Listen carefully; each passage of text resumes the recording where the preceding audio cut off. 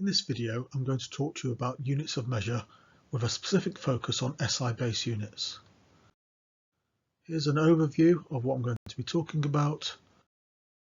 And to start with, the International System of Units, commonly known as the metric system, is the international standard for measurement. There are 7 SI base units, and then we can use those to define other derived units. 22 of those derived units have special names and symbols. And the SI system plays a really important role in international commerce and trade, and it also gets used in scientific and technological research and development. So here are the 7 SI base units. We've got the kilogram, the candela, the Kelvin, the meter, the second, the ampere, and the mole. Now, the way that SI base units are defined has changed over time. Historically, they were defined using something that could be very easily measured. So, for example, the kilogram was defined as the mass of 1 litre of water at the melting point of ice. As time's gone on, we've needed to have more and more precise measurements for science and research, and so the definitions have been updated with new approaches that have often ended up becoming more complicated and therefore less intuitive.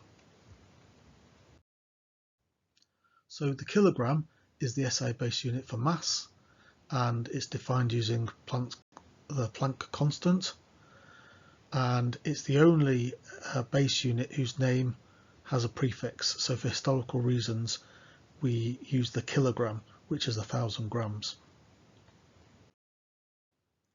The candela is used for luminous intensity, so it's the unit for that, and it's a measure of the power emitted by a light source. The current definition is quite complicated. Some information about that is shown on the screen. It used to be defined by the light intensity of a standard candle.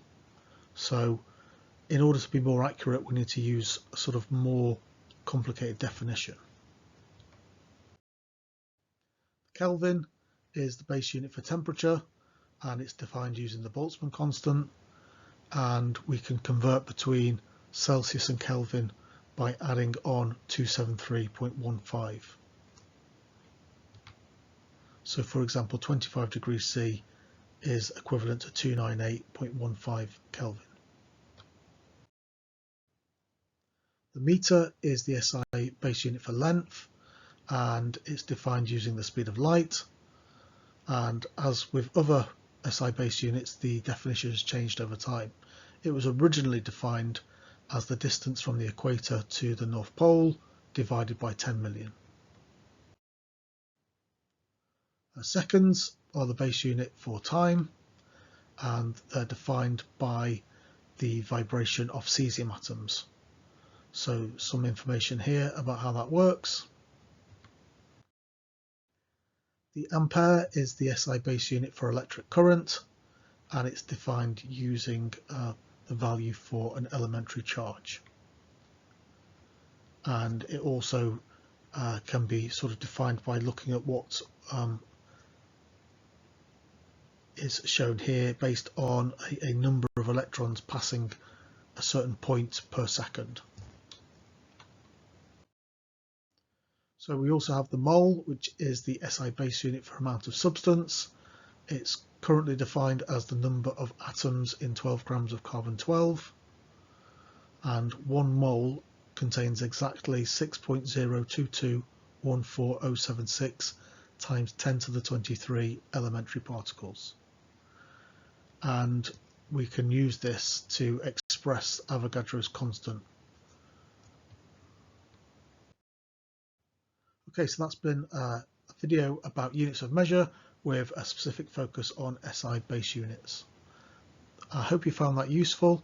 Please remember to like, comment and subscribe, and thanks very much for watching.